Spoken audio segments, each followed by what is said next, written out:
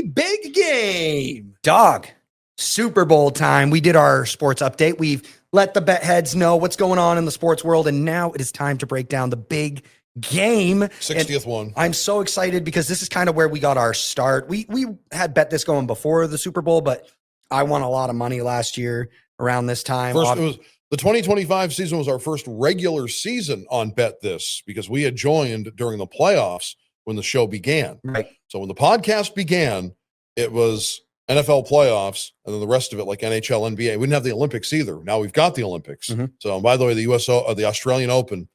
Oh yeah, update the folks because we don't need an update. We know we're only updating because you got it wrong. That's all. Yeah. Yes, I know. So I had put out a parlay I had heard online, a couple different legs about. I had one parlay with Sinner winning, and then I had another one winning with the Joker, Djokovic, and neither of them won. Nope. The Joker took out Sinner. Yes. And then the Joker lost. Carlos Alcaraz is making some history here. He's 22 and he's already got Grand Slam 4.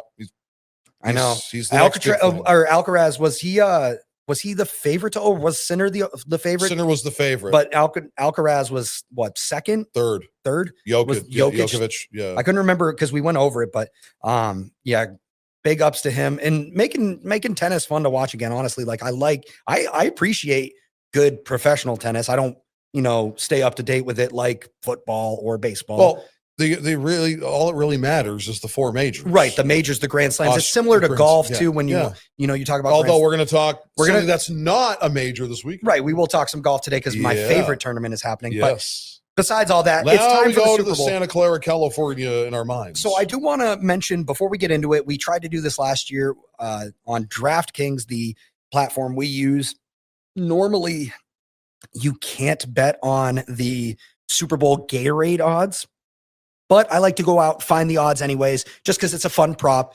And I just wanted to give some history. This is from an article from Mark Schofield from SB Nation. You can find him online. I found this article there. Did you know the Gatorade bath was actually a tradition started as payback? Do you know that? It was started back in 1984. Giants D-tackle Jim Burt dumped cold water on Bill Parcells, as payback for him being grumpy all the time. And lighten up. Here you go. Get pneumonia. Bill Parcells had them keep doing it because he was superstitious, and they ended up winning the Super Bowl in '87 against the Broncos. Yes. Right. Yep. So the odds for this year, just wanted to give a little history there, but the odds for this year, Super Bowl 60, are opened with orange being the favorite at 240 plus 270 on yellow, lime, green. The plus 270 on blue, plus 650 on purple. Water is plus 1,000. Red is plus 1,000 as well. Those are your Gatorade odds.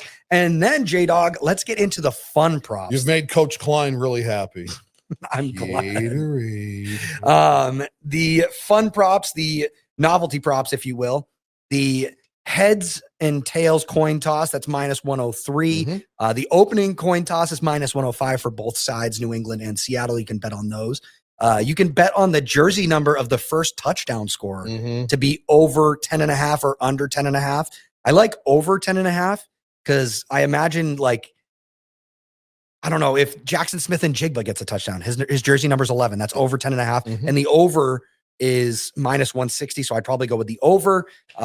There's red zone interceptions you can look at, total players to attempt to pass. So if you think there's going to be some trick plays, maybe you think there's going to be 3 people to throw a pass, maybe a quarterback gets hurt or something. Who knows? Putting that juju out there, huh?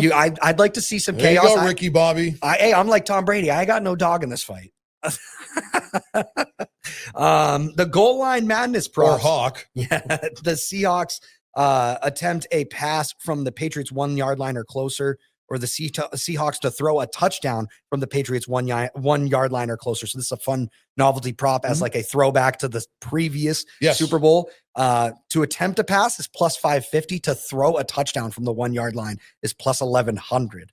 I don't know if the Seahawks would make that mistake again, but we'll see. Can lightning strike twice? Well, we'll find out in Santa Clara, California on NBC this Sunday, 6:30 p.m. and also streaming on Peacock. And then some rare and wild props. Wanted to shout out some scoregami. You can get scoregami for plus 2,500. Quarterbacks to catch a pass is plus 1,100. Score on the first offensive play of the game is plus 2,000. Kickoff return for a touchdown plus 2,200. Offensive lineman to score a touchdown plus 2,200. I don't know if offensive lineman, but I have a feeling like Mike Vrabel's going to do some trick play just because, of course, he's the guy who was the trick play guy Trickeration in the Super Bowl. So I could see the Patriots maybe doing some trick plays like that. And I also like kickoff return for a touchdown at plus 2,200. Raheed Shaheed is a good returner. And so is Marcus Jones for the Patriots on that end. I think that's a really good bet if you wanted to throw down a prop. That's probably my favorite prop I've seen so far is the kick return for a touchdown, just because Raheed Shaheed, he has returns for touchdowns on the season. He's one of the fastest players on the Seahawks. And then Marcus Jones, the cornerback for the Patriots, another great returner.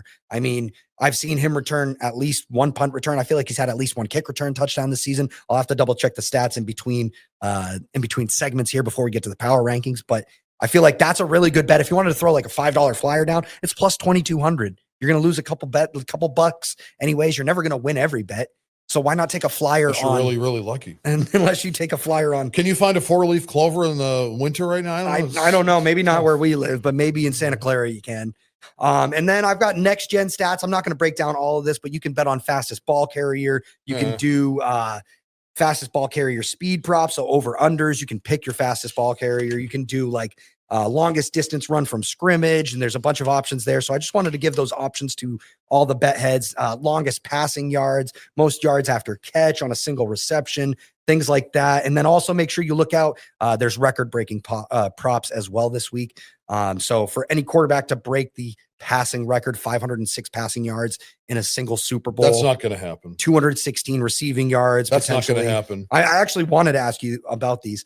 Do you think anyone will break the rushing one? 205 rushing yards? Me neither. 7 passing touchdowns? No. What about 15 receptions? No. Me neither. I don't. Because I feel like it's an evenly matched game. I don't think it's an evenly matched game. Yeah, but you don't think that it's going to be a blowout, clearly. I do think it's going to be a blowout. Okay. Why do you think the Seahawks are going to blow out the Patriots? Super Bowl 1 was a blowout. Super Bowl 20 was a blowout. Super Bowl 40 was a blowout. And Super Bowl 50 was a blowout. This is a milestone Super Bowl, Super Bowl 60. I think the Seattle Seahawks have that revenge on their mind as an organization. They'll be up for sale immediately following the game. But this is the Allen's family way of saying, you know what? It's not 2015 anymore. We got our revenge. And you know what? I think the defense is one of the historically run defenses that I think we're ever going to see. I cannot see how the Seattle Seahawks are going to lose this game. And in fact, I've got a score for it. Okay.